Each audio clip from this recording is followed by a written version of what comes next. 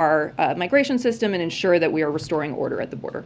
And then secondly, if Putin has bad information per declassified U.S. intelligence, what does that mean for the war in Ukraine and the prospects for negotiations right now?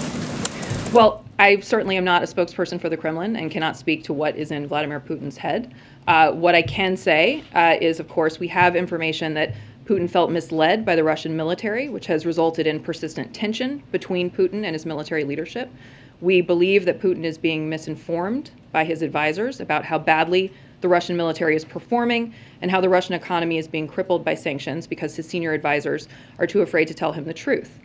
So it is increasingly clear that Putin's war has been a strategic blunder that has left Russia weaker over the long term and increasingly isolated on the world stage.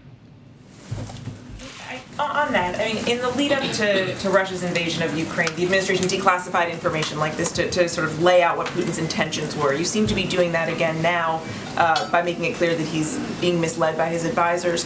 Can you just discuss what's the hope and the goal in going public with this now? So again, I think what this does is paint a picture of what a strategic error Putin and Russia have made here. We saw from the outset that they, for example, made an aggressive push toward Kyiv at the beginning of the invasion. They are now publicly trying to redefine the goals of their invasion to be different than they were at the outset. I think putting forward this information simply contributes to a sense that this has been a strategic error for them. Again, I'm not going to characterize what they are thinking. I'm certainly not going to characterize how they may or may not use this information to make decisions. That's not my place. But I do think that making this information public contributes to an understanding that this has been a strategic failure for Russia. Obviously, we will continue to pursue our strategy of imposing severe costs on Russia and trying to strengthen Ukraine on the battlefield and at the negotiating table. And if Putin is being misinformed like this, then who is really pulling the strings here? That's not a question that I'm able to speak to from this podium. I think this is again, I don't speak for the Kremlin. What I can speak to is what the information that we see, which, again, as I say, shows that he has felt misled by the Russian military and has resulted in this persistent tension. And just lastly, how does this impact concerns about whether any deal that may be negotiated with Russia, between Russia and Ukraine, can be trusted? Well, again, we are not negotiators in that process. We are obviously in close contact with the Ukrainians as they work through this process. Again, our role is to do everything we can to strengthen Ukraine on the battlefield, as we've done with the security assistance, the unprecedented amount of security assistance and weapons that we've flowed to Ukraine, and also to strengthen their hand at the negotiating table by continuing to apply incredibly severe costs and sanctions on Russia. On the intelligence, is your expectation that releasing this information are you hoping that it changes Putin's calculus or the military's calculus as they approach these things? That is not our intent. Our intent is simply to make the information available so that there is a full understanding of what kind of strategic blunder this has been for Russia and for the Russian people. And is there anything more that you can share just about, whether this is an assessment that you're extremely confident in? I know, typically there's a range of views among analysts across the intelligence agencies about how solid information is. Is there anything you can tell us about how solid this is and what is underlying this that gives you the confidence that this is the right reading? Well, I can't speak more specifically to the intelligence because we obviously do not do anything to compromise sources or methods. I will simply say we have made it public and allow you to draw a conclusion from that. Thank you. So does the U.S. believe that Putin is now fully aware of the misinformation, that he now has a clear picture of Russia's military operations and how badly it is performing? Well, again, I would just say that we obviously have information, which we have now made public, that he felt misled by the Russian military. We believe he's being misinformed by his advisors about how badly the Russian military is performing and how the Russian economy is being crippled by sanctions because, again, his senior advisors are too afraid to tell him the truth. Beyond that, I can't characterize any further than that. Are there any examples that you might be able to offer us other than Putin not knowing initially that his military was using and losing conscripts in Ukraine, that show how Putin was potentially being misinformed by his advisors? I don't have any detail beyond what we've made public already. One more. U.S. officials have obviously been saying since yesterday that the U.S. is not going to be fooled by Russian claims about a withdrawal from Ukraine until you all see it happen on the ground. Does President Zelensky share in that skepticism? I'm sorry, I apologize. Ask that one more time. You all have been saying that you're not going to be fooled by Russia's assessment or promises that it is going to start withdrawing and start pulling back on military attacks in Ukraine. Wondering if President Zelensky, since he spoke with President Biden, does he share in that assessment? Well, I won't characterize President Zelensky's thinking, but I will say that we continue to see evidence today of Russia attacking in places where they had previously said they would not. So I think that is self-evident, and obviously we continue to do everything we can to flow assistance, security assistance, to the Ukrainians. Hey, Kate. Back to Title 42 for a minute. Back in the spring of last year, there was a very large surge of families, record surge of children at migrant children at the border that overwhelmed Border Patrol stations. Took a long time to get them moved into HHS, into sort of temporary shelters, and then ultimately to HHS. Since then, there hasn't been a major overhaul of the immigration system. Legislation that the president proposed is completely stalled in Congress. There have been some sort of tweaks and changes around the edges, but there hasn't been a wholesale kind of rethinking or change of the asylum system at the border. The MPP program that Donald Trump put into place is back in place by a court order, but it's also at a very low level. So what is there in place now, if there is another surge in the next month or two when this is lifted, what is there in place that gives the administration confidence that some different result will happen than happened a year ago? Well, I think if you look back to the spring, to the time period you're referencing, there was an effort to move those unaccompanied minors as quickly as possible out of Border Patrol custody and into facilities that were more suited for children. And we were able to dramatically reduce those numbers. They were in the thousands over the course of a couple of months through the work of DHS and others, and HHS, I should say. We were able to dramatically reduce those numbers, move those kids quickly out of Border Patrol custody and into the system. So I think if you look at what we were able to do last spring, there was an ability to move those numbers and move those children quickly into into facilities that were better suited for them. Writ large, I would again point to the things that the president has done. Try to rebuild what was, if you remember when we came into office, a system that was decimated by the previous administration. The previous administration spent 4 years trying to tear apart a lot of the pieces of our immigration system. And so we were in many ways building from, I won't say scratch, certainly, but we were building from a place where a lot of these pieces have been torn down. So what we focused on and what the president has focused on is working with the Department of Homeland Security to give clear guidance for internal enforcement, extending and newly designating TPS, temporary protected status, for a number of countries, restarting the Central American Minors Program that the previous administration ended, putting together the Family Reunification Task Force, which we have made some progress on, reunifying some of those families who were torn apart under the previous administration. Of course, ending the Muslim ban and the public charge rule, and protecting DACA recipients. So this president has taken numerous important substantive steps. Of course, there is more work to do. There is absolutely more work to do, but we've taken serious strides forward since we took office last year. Okay, and then one quick follow-up. You said again the line that the administration has used a lot, which is that the Title 42 isn't an immigration policy, it's a public health policy. Has the president, has Ron Klain, has anybody else in the senior administration tried to overrule the CDC during the past year in its efforts to lift Title II prior to now? No. Okay. Thank you. On COVID, can you help us understand, you guys have laid out sort of what happens if the money runs out that you're requesting. you remind us what, in the view of the White House, is the most urgent item on that list that runs the risk of not being funded? And Republicans again today are saying the money for this is there in previously passed legislation. There's one figure they're saying is $160 billion is there from the COVID relief bill. What is the White House response to that suggestion? So firstly, this is funding that's going to be used to provide tests. It will fund additional vaccines. For example, as we were talking about yesterday, should there come a time where a fourth shot is recommended for the broader population.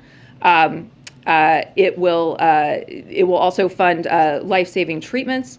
And also our ability to additionally provide vaccines around the world, which is another piece of ensuring that the virus is not able to move around the globe. So, this is critically important funding. The stakes are very real and very high. You have heard the president state this repeatedly, that this is critical in order for us to continue our progress. The other thing I would say about this funding is that it will allow us to prepare for the eventuality, the possibility, I shouldn't say eventuality, the possibility of another variant, another wave. It will give us the funding that we need to be prepared for the future. So it is critically urgent in that way. And I'm sorry, what was the second part of your question? The idea that they say the money's already there, that there's unused funds from previously passed legislation. So obviously, we initially proposed this as emergency funding, but we are working with the Congress. The Congress is working to get this done. The president's been very clear that it should get done. How the mechanism of finally coming to an agreement on this works out, we'll leave that to the Congress. But the president's been very clear that we need this funding and that it's urgent. And to follow up on something he said earlier, that he may have a meeting with the family of Trevor Reed. They're trying to make that happen. Is that happening today or some point soon? Don't yet know if it's happening today, but I spoke to the president about this earlier. You obviously all heard from him. He is very eager to meet with the family, and we're working through when that's possible. Kristen? Thank you, Kate. I want to ask you about the call with President Zelensky, but just a couple more on this new information about Putin being left in the dark by his military advisors. Who authorized the release of that intelligence? That's not something I can speak to. Obviously, it was declassified and put forward into the public. Can you say, did the president sign off on this? I cannot speak to that, except to say that this is information that we declassified and made public. Okay. There has been so much discussion about the concerns over whether Putin would use chemical weapons, nuclear weapons, biological weapons. Does this increase the administration's concern that Putin might lash out in that way? Well, as I say, I'm not going to characterize what Vladimir Putin is thinking, what the Kremlin is thinking, or how this might impact their calculus. That is not the intent of putting the information forward. What it does is underscore that this has been a strategic blunder for Russia. But I'm not going to characterize how Vladimir Putin might be thinking about this. I will say that we are prepared for any and all contingencies. As you know, there's a lot of work going on to be prepared for contingencies, and we've also been very clear that should Russia act in that way, there will be severe consequences. On the call, Kate, the readout that the White House put out says the leaders discussed how the United States is working around the clock to fulfill the main security assistance requests by Ukraine. We don't know what specifically the president of Ukraine asked for of President Biden, but publicly at least he has called for those Polish MiGs. He's called for anti-aircraft. Has the president changed his decision in that space? Is he now potentially more open to providing those Polish MiGs given that statement? We have provided an unprecedented amount of security assistance to Ukraine, including anti-air, anti-tank systems, small munitions, things that our military have assessed are the most impactful weapons on the battlefield in Ukraine. So as the president is making a decision about what to send, he takes into account two things. First, the assessment of our military about what is most impactful, what is best able to help the Ukrainian armed forces turn back Russian aggression. And we've seen that the weapons that we have provided have been instrumental in helping them. And then secondly, as he has said many, many times, he is not looking for direct American military conflict with the Russian military. He's been clear that providing the planes makes this, there are logistical complications to providing the planes. And he's not going to make decisions that is going to lead to direct conflict between the United States military and the Russian military. And President Zelensky has been clear, including when he addressed NATO, he doesn't think it's enough. He doesn't think that NATO is doing enough. He thinks that there, yes, has been a lot of assistance, but it doesn't go far enough for him to achieve the goals.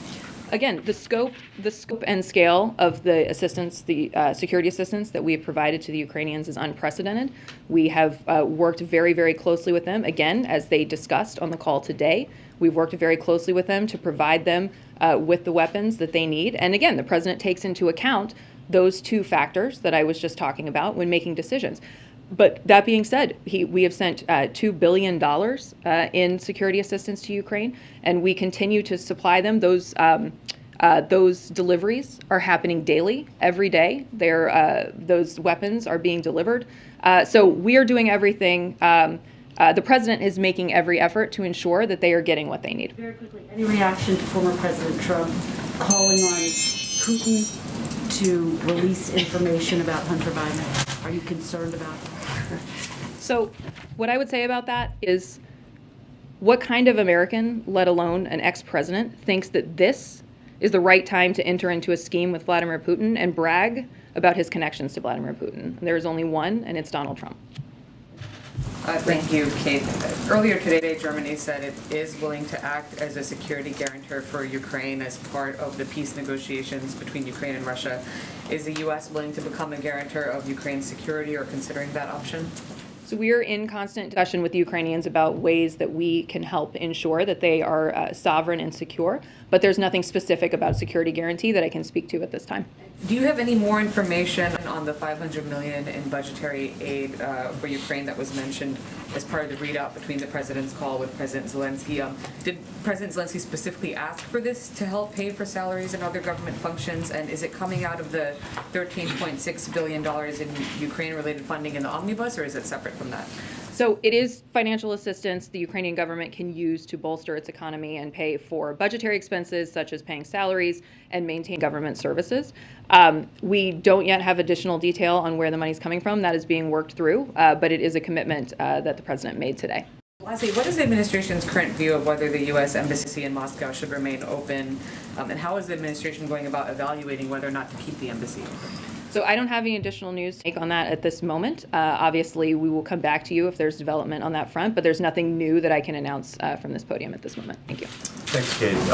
On the economy, the yield curve for the 10-year Treasury note has inverted. Historically, this is viewed as a sign that investors are pessimistic about the long-term view of the economy and they expect a recession is nearing. So can you tell us what the White House believes is the prospects for a recession nearing and how concerned you might be about it? Sure. So, as Chairman Powell said after the last Fed meeting, all signs are that this is a strong economy and the probability of a recession within the next year is not particularly elevated. Our team looks at a broad range of indicators to understand the health of the economy now and going forward. This is one, but there are many, many others.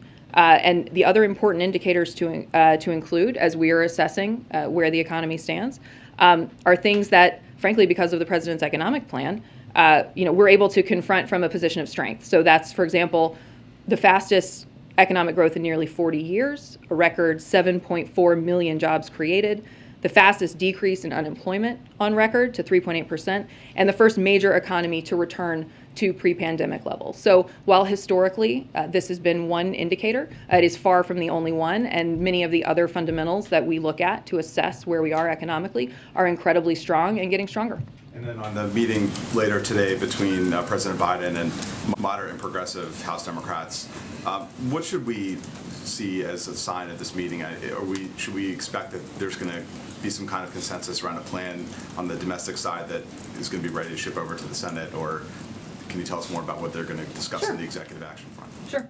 So this is part of his continued engagement with the Hill. He's been meeting with a number of different caucuses over the course of the last month. He and our senior team here at the White House. We are obviously constantly in close contact with the Hill. I would not I would not view this as a decision-making meeting. This is a discussion of our shared priorities.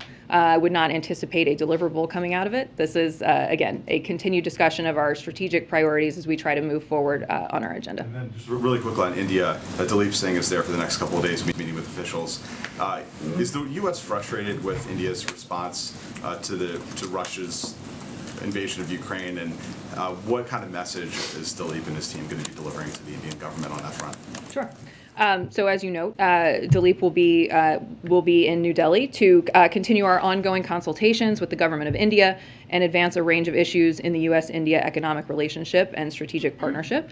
He will meet with the government of India to deepen cooperation to promote inclusive economic growth and prosperity and a free and open Indo-Pacific. He will consult closely with counterparts on the consequences of Russia's unjustified war against Ukraine and mitigating its impact on the global economy. He will also discuss the priorities of the Biden administration, including the promotion of high-quality infrastructure through Build Back Better World and the development of an Indo-Pacific economic framework. Okay. Hi. I know this was asked yesterday, but in the last 24 hours, has this White House learned anything about why there is that gap in call logs on January 6th from the Trump White House that was given over to the Select Committee? We have not. My answer has not changed from 24 hours ago, which is that I would refer you to the archives on that. But certainly where we can cooperate, where we are needed to cooperate to fill in that gap, we will. But I would refer you to the archives on that. Okay, and then regarding the $500 million to Ukraine, what is the current explanation of why the president hasn't sent over a nominee to the Senate to be the U.S. ambassador to Ukraine right now? What's the current thinking on that? That's an excellent question, and I'll have to circle back with you on. Thanks. Hey, on the pandemic, the president got his second booster shot today, but more than half of adult Americans have not gotten their first booster shot, even as public health officials warn about a fall increase, a BA2 variant. I wonder, is the White House concerned about that? Like, what is the White House doing to sort of help close that gap? What's the message to Americans? Well, our message to Americans first and foremost is to get vaccinated and get boosted. It is the best way to protect yourself from the virus and to protect against the spread of the virus. What I would say about BA2 is that it is certainly more transmissible than the original Omicron strain, but there's no evidence that it's more severe than Omicron. Our vaccines continue to work well against BA2, particularly, again, with the high level of protection provided by boosters. So we continue to both encourage people to get boosted, but I would also point to all the work that we've done to make boosters available, to make vaccines available. There are 90,000 free locations nationwide where you can get vaccinated and boosted. And then lastly, I would revisit something we were talking about earlier, which is that we need Congress to pass the $22.5 billion in emergency COVID funding immediately, so that we can maintain our tools to protect people and to be fully prepared for the possibility of any new variants. Yeah, one more on that last part. Mm-hmm. Has the president or the White House reached out specifically to any of these legislators who have lobbed criticism that you haven't used the money that's already been allocated for pandemic, the fight against the pandemic? I don't have any specific engagements to read out. Obviously, we continue to work closely with the Hill. The president has stated very clearly that there's an urgent need for this money and wants to see it done. Well, how after printing trillions of dollars, to taxpayers might want to know, is there not enough money to continue fighting the pandemic? Trillions of dollars. You're out of it? Is all the accounting done, every single dollar? So we have the resources that we need in this current moment. What we need is this funding to be able to plan for the future, to prepare for, as I say, the possibility of a new variant, the possibility of a new wave. We don't want to be caught flat-footed. We currently have, for example, all of the vaccine supply that we need to vaccinate and boost every American. But what we need to have this money for is to prepare to be ready for the future. As we know, the virus can be unpredictable, and we need to be prepared. And there's an urgent need to do that. Right, but can you see where taxpayers would be skeptical? I mean, trillions of dollars, and all of a sudden you need billions more. I think taxpayers want to be prepared for the virus, and they want to make sure that we have the resources that we need to keep them safe, and that's what this administration is focused on. Why no high protection? Sorry, Jack. Yep. The president has called Putin a war criminal. He said that he believes he will meet the legal definition of a war criminal. And the U.S. has vowed to pursue all accountability measures, including prosecution. Sentencing for war crimes is long-term imprisonment. So how does all of that not equate to calling for regime change? The president has been incredibly clear about this. He is not advocating for a policy of regime change. What he said a couple of days ago was a statement of personal moral outrage, but we do not have a formal policy of regime change. What we are doing is continuing to impose unprecedented costs on Russia. We are ensuring that Russia is paying for this choice. Putin himself has said that the costs, the impact of the sanctions has been significant. So we are continuing to focus on our strategy of making sure that we are providing security assistance to Ukraine and imposing significant costs on Russia for these choices. So when he said that he believes Putin will meet the legal definition of war criminal, was he not saying that he believes he will be convicted of that crime? He was not, in fact. And then does the president and the national security team here believe that Ukraine can win and push Russia out of its borders? And if so, has the U.S. adjusted its strategy at all in helping Ukraine since they started to win? Well, I would argue that from the outset that we've done everything in our power, a tremendous amount to provide Ukraine with what it needs, to provide it with the resources to turn back Russian aggression. That has been the focus of our strategy. Again, a two-pronged strategy to impose costs and provide both the security assistance and the humanitarian assistance to support Ukraine. Is there any reason why no one from this administration has just plainly said we think Ukraine can win this war? I think in our actions and in the support that we've provided, we've been very clear that we're doing everything we can to stand with Ukraine and ensure that they are able to push back against Russian aggression. And just one more on the southern border. Has DHS requested National Guard troops to be sent to the border? Is that something the administration is considering? As far as I know, that is not currently on consideration, but I'm happy to check in on it and come back to you. Yes. Thanks. First, Senator Susan Collins came out in support of Judge Jackson's confirmation to the Supreme Court today.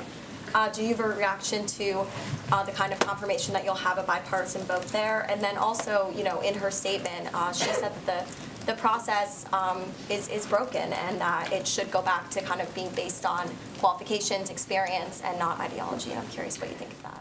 The president is incredibly grateful to Senator Collins for her thorough and fair consideration and her support. The two of them spoke earlier in this process, and he appreciated her thoughts and her insight. Obviously, her support speaks to the qualification of Judge Jackson to sit on the Supreme Court. Judge Jackson has been working hard to earn support and, as you well know, responded to Republicans' requests for in-person meetings by promising to sit down with any senator who wanted. And she has engaged very directly. She answered over 20 hours of questions. And, she has earned the support of some of the most respected retired conservative judges in the country and the Fraternal Order of Police and so many others in law enforcement.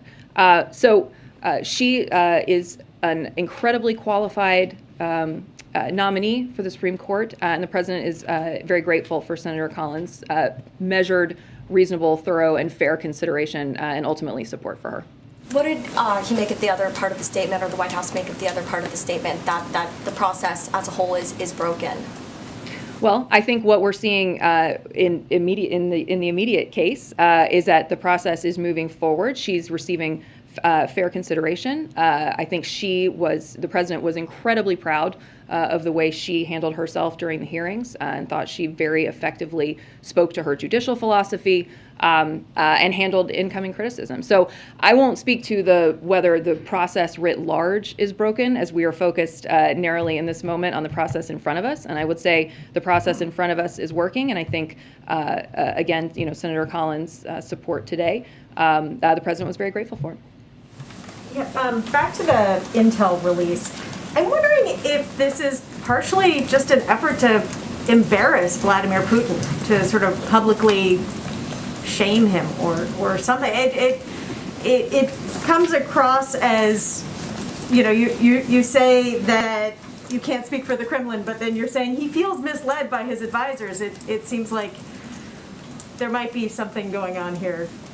No. Our aim is to show that this has been a strategic blunder for Russia, that there is ultimately this is going to leave them weaker. It is not going to leave them stronger. And I think making this information public simply contributes to the picture that that strategically they are having to reorganize, to refit. And that shows that, again, this was a terrible decision for them. And at the end of the day, as we've long said, as we've said from the outset, as we said even before they invaded, we said that this would be a strategic mistake for them. And I think that is borne out. Going back to the COVID funding, I think it was your answer to Ed. I'm trying to read between the lines just a little bit, but you had said, previously we asked for $22 billion as emergency funding that wouldn't need any offsets. Now we would like Congress to get us this money. Are you saying that you're willing to accept offsets? And also, are you willing to accept less than the $22 billion?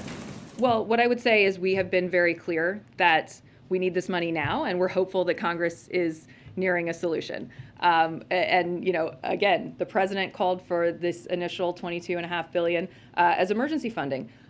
But at the end of the day, we need the money. It's important. It's critical for our preparedness for the next, the next phase of COVID and being prepared so that we're not caught flat-footed. So ultimately, we are hopeful that Congress is nearing a solution on this. So we should take that as you're willing to accept the offsets. You should take it as what I said, which is that we're hopeful that Congress is reaching a solution on this, and Congress will determine ultimately where we net out on this. Thank you very much, Kate. Going back to her question, who the White House believes is winning this war? I think that the White House believes that Ukraine has fought valiantly, has been incredibly brave and resolved in the face of atrocious, brutal invasion from Russia. I think what you've seen in the actions from this White House is that we have provided weapons, we have provided assistance, we have been there every step of the way and will continue to be, and we have put enormous economic pressure on Russia in order to hopefully drive this conflict to a solution. So, I think, again, I don't know that I have to say it. I think that our actions show, and the support that we provided shows that we believe that Ukraine has been incredibly brave, incredibly strong, and we're going to continue to support them as they move forward. Do you want to know? Yeah, do you mind? Because President Zelensky just tweeted also that President Biden him talk about a new package of sanctions. Do you have anything more specific on that? So I don't have anything that I can preview in this moment, but certainly we are continuing to look at options to expand and deepen our sanctions, and I anticipate that we would probably have more for you on that in the coming days. Okay, thank you, Kate. Two quick ones, hopefully. Could you give us any steer on the additional capabilities bit of that readout from the Zelensky call?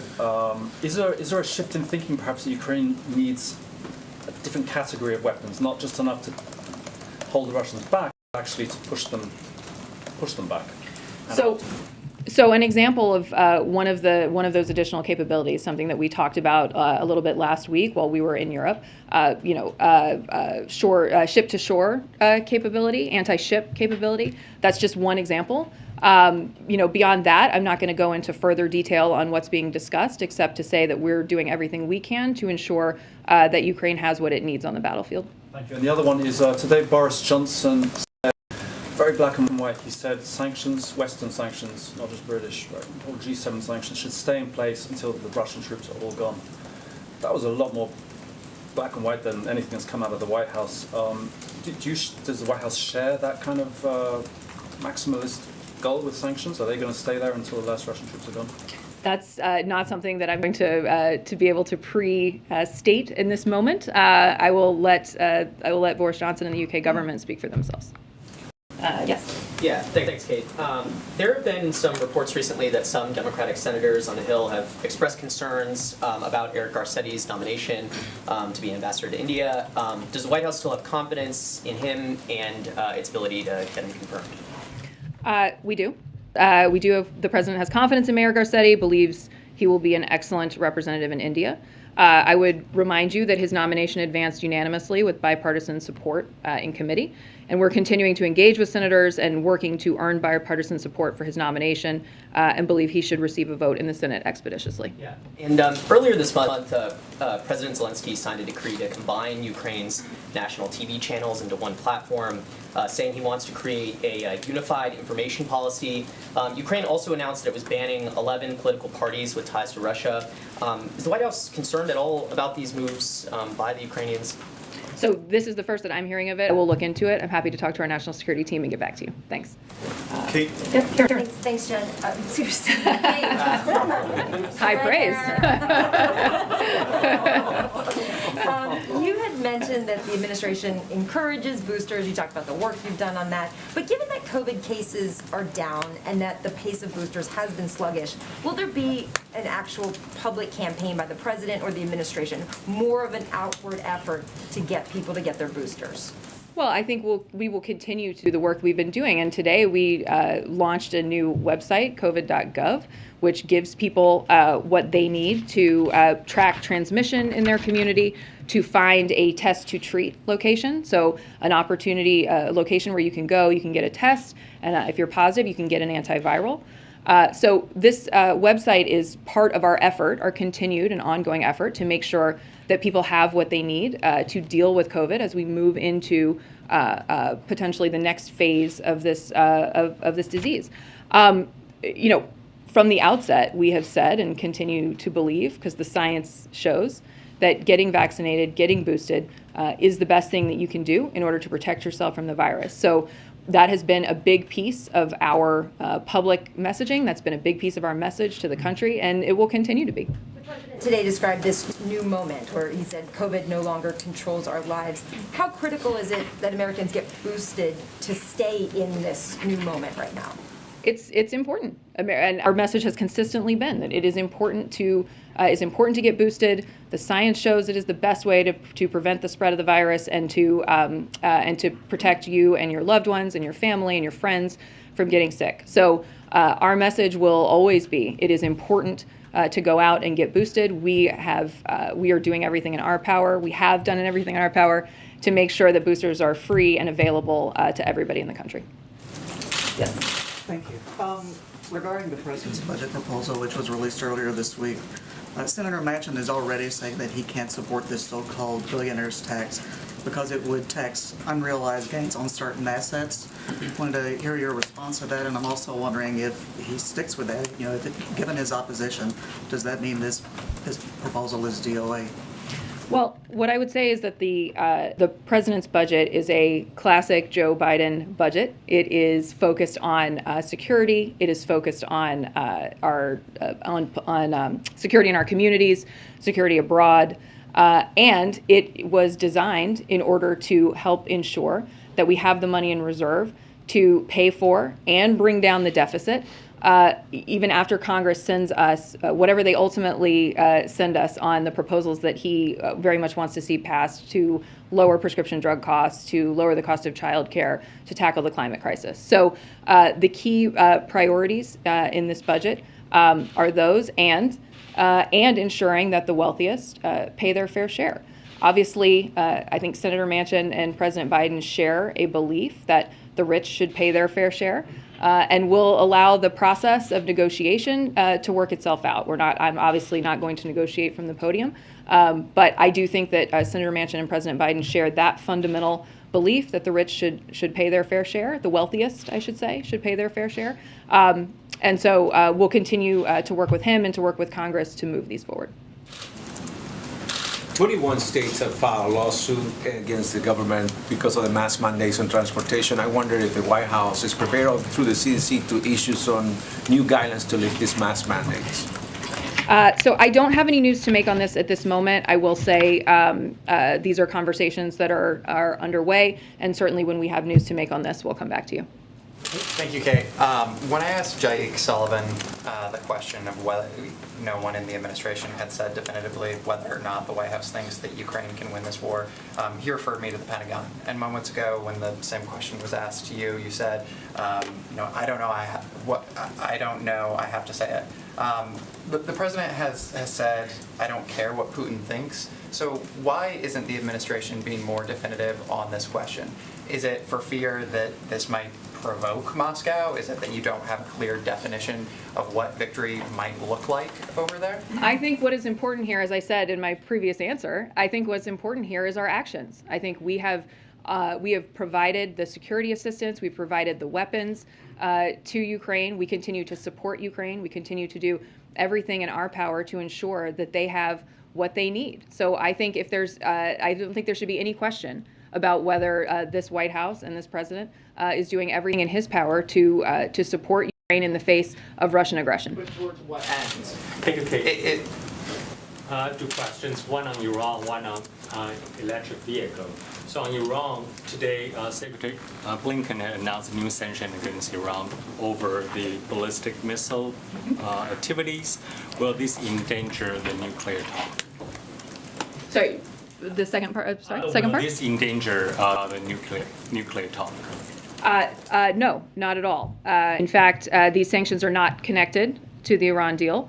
They demonstrate, in fact, what we have always said, which is that we will continue to hold Iran accountable for its missile proliferation and support to proxy networks as we work diplomatically to place strict limits on its nuclear program. So that will be true whether we are back in the nuclear deal or not. And the sanctions that we're applying today will remain in place whether or not we're back in the nuclear deal. But as you know, it is our firm view that getting out of the deal was a disaster. And second, that these other problems, missiles and proxies, are better addressed without Iran at the nuclear breakout threshold. So ultimately, we are able to hold Iran accountable on issues like the missile program while continuing to work toward a potential deal to limit their nuclear program.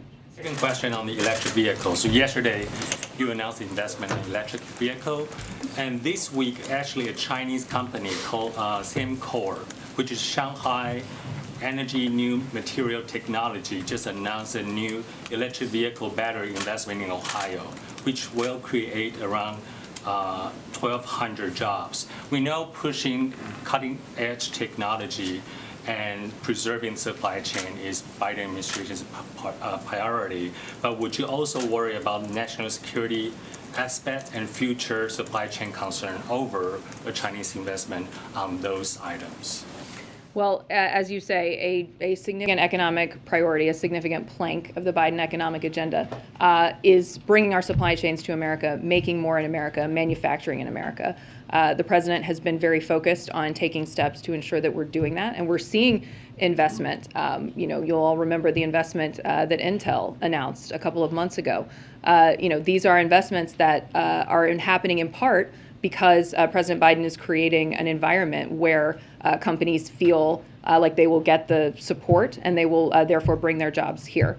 On the national security question, I would only say, of course, we would always review and undertake all of the necessary steps, but I don't have anything beyond that to say. Oh, okay. Thank you all. Appreciate it.